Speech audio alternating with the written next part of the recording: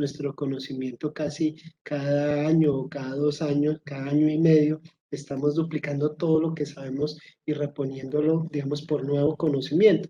En ese sentido, pues, digamos que la invitación sí, digamos, esa competencia que tú dices, ese elemento que tú dices de desaprender, pues, digamos, digamos, se impone, pero la pregunta ahí sería, bueno, es decir, educativamente eso cómo se hace, cómo se aprende a desaprender, es decir, cómo buscamos unos mecanismos pedagógicos que inviten a las personas a permanentemente deconstruir aquello que saben, a someterlo a cuestionamiento y digamos, digamos, a colocar ahí unas nuevas oportunidades, unas nuevas perspectivas frente al conocimiento. Perfecto, profe Wilson, muchas gracias. Por aquí el profe John Erazo nos hace dos preguntitas. La idea de una identidad local, entre comillas, abro paréntesis, IPEM 78, entra en conflicto con el concepto de Global Citizens, cierro paréntesis. El profe John Erazo también nos dice, a partir de estos nuevos objetivos, ¿qué debería pasar con el currículo planteado para Colombia?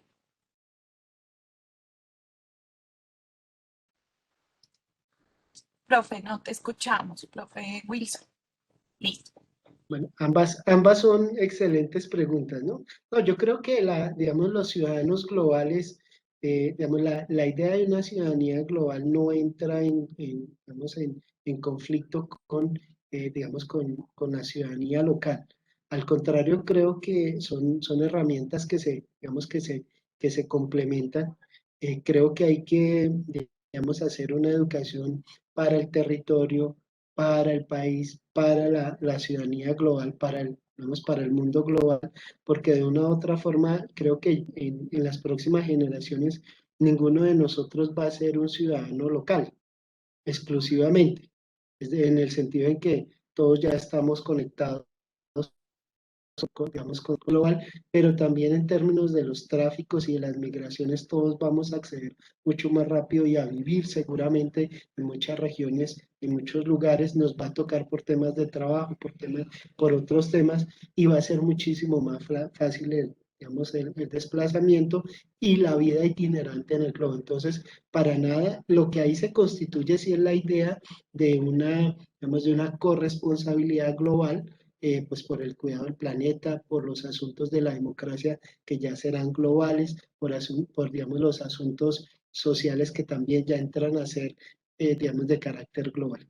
Bueno, y en la otra pregunta, pues, claro, nosotros tenemos un currículo, primero que es un currículo de herencia del siglo XIX.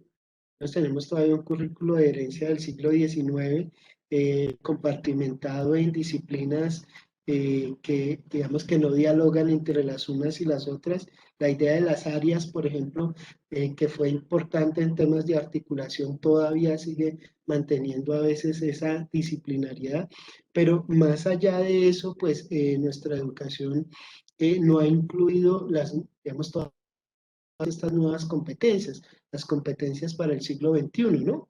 Por ejemplo, la educación emocional no está curricularizada, o sea, no sabemos cómo hacerlo, ya sabemos que toca hacerlo, como dijo Margarita, sabemos que toca hacerlo, pero todavía no tenemos un plan para hacerlo. Sabemos que tenemos digamos, desarrollar el pensamiento creativo, pero todavía no lo hemos introducido digamos, en nuestros pensum, en nuestro día a día. Sabemos que tenemos que generar niños y jóvenes innovadores, pero la innovación todavía no está colocada, digamos, como un elemento, ni siquiera la investigación, mucho menos la innovación como un elemento que hace parte del currículum. O sea que yo diría que por lo menos llevamos unos 40, 50 años de atraso en términos curriculares. De hecho, nuestros estándares y, digamos, esas discusiones que se hicieron anteriormente en los años 90, a final de los 90, para hablar de los estándares de las áreas, todavía muy pegado a las disciplinas, pues ya llevan 30 años ahí funcionando, no se han cambiado, o sea que a Colombia sí le urge una reforma curricular para enfrentar este nuevo mundo y pues claro, el Ministerio de Educación ahí tiene que tener, digamos, en términos de los referentes, un desafío muy grande. Lo que pasa es que la pregunta es quién se le mide a ese toro, ¿no? Es decir, cuando hablamos de cambiar el currículo, de cambiar los referentes, de, bueno, digamos, cómo hacerlo, ¿no? Esa es una decisión política, pero que alguien debe tomar en el país para impulsar esas transformaciones.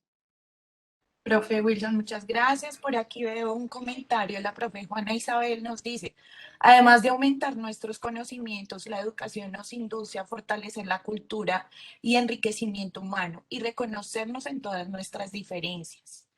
De acuerdo, profe Juana Isabel. El profe Lorenzo nos dice, ¿cómo articular con el Ministerio de Educación que parece, bueno, creo que quedó, que parece mira la educación para medir por el ICFES? Bueno, relación ICFES con la propuesta del ministerio. Sí, Profe, ahí, señor, no, ahí es, digamos, totalmente de acuerdo, ¿no? Tenemos, digamos que tenemos que asegurar una educación básica, digamos, unos elementos básicos, pero bueno, eso más allá de eso debe a, aquí están otras necesidades que están emergiendo en el mundo, que ya se necesitan, que ya hacen parte de las demandas sociales, culturales, laborales, y que todavía no hemos enfrentado. Entonces creo que los maestros también, yo creo que creo que cuando el ministerio no lo hace, pues los maestros también nos podemos decidir a empezar a transformar nuestros currículos, ¿no? A resignificarlos, a introducir esos elementos que no están ahí, pero que nosotros sabemos que deben estar y a, digamos, y a ir un poquito más allá en términos de lo que desarrollamos y trabajamos con nuestros niños y nuestros jóvenes. de acuerdo, profe Wilson, muchas gracias. Por aquí también el profe Román nos dice, si educamos para transformar al individuo de una forma positiva, claramente cambiaría la idea de familia, de relación, de identidad, de respeto, de enfrentar todos los problemas medioambientales para beneficio, no solo nuestro, sino del mundo entero. De acuerdo, profe Henry. Esa es la potencia de los maestros, ¿no? Esa es la potencia de los maestros, que creo que ningún otro actor social tiene tanta fuerza y tanta posibilidad de influir en el individuo y de que es, como lo dice el profe, eso haga un efecto cascada al resto de la sociedad. De acuerdo. El profe Henry nos dice, la conciencia de todos estos retos debe ser permanente y de todos. ¿Cómo hacer para que todos seamos conscientes de la situación en que estamos viviendo? Hoy muchos no le damos importancia a las cosas por la situación en que se vive, como pobreza, desempleo, emociones, entre otras. Familias disfuncionales, entre otras.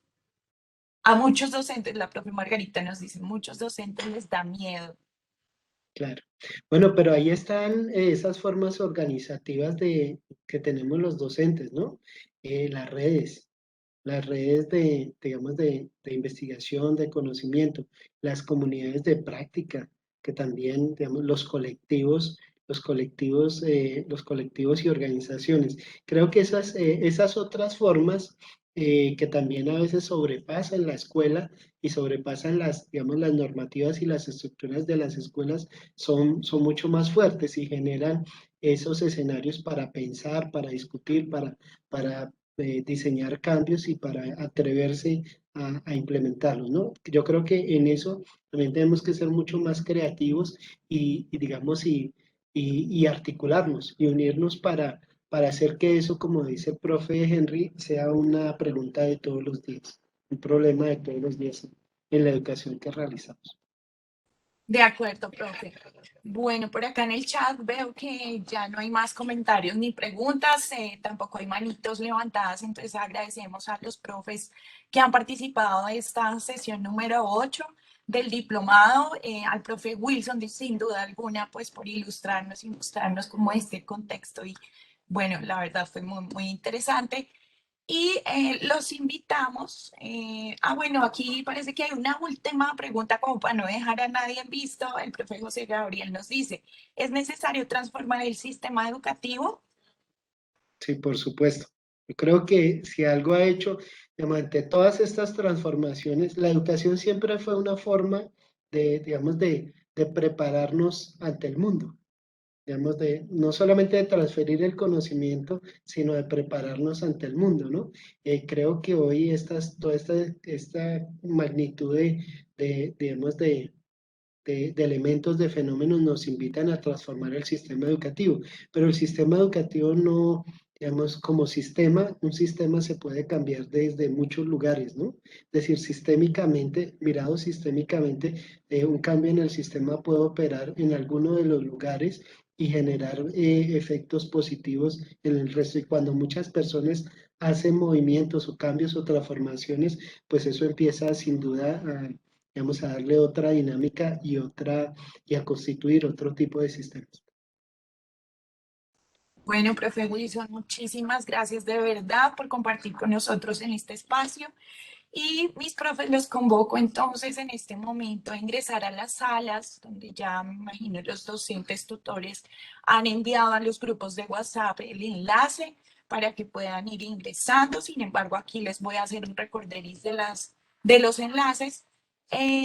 No sin antes informarles, mis profes, aproximadamente pues el certificado estará llegando a sus correos electrónicos aproximadamente en 2 semanas. Bien, entonces para que lo tengamos como muy claro y bueno, muchísimas gracias. Entonces ya les comparto por el chat los diferentes enlaces de acuerdo al docente tutor de cada territorio y bueno, esperamos que este espacio haya sido de su completo agrado y aporte.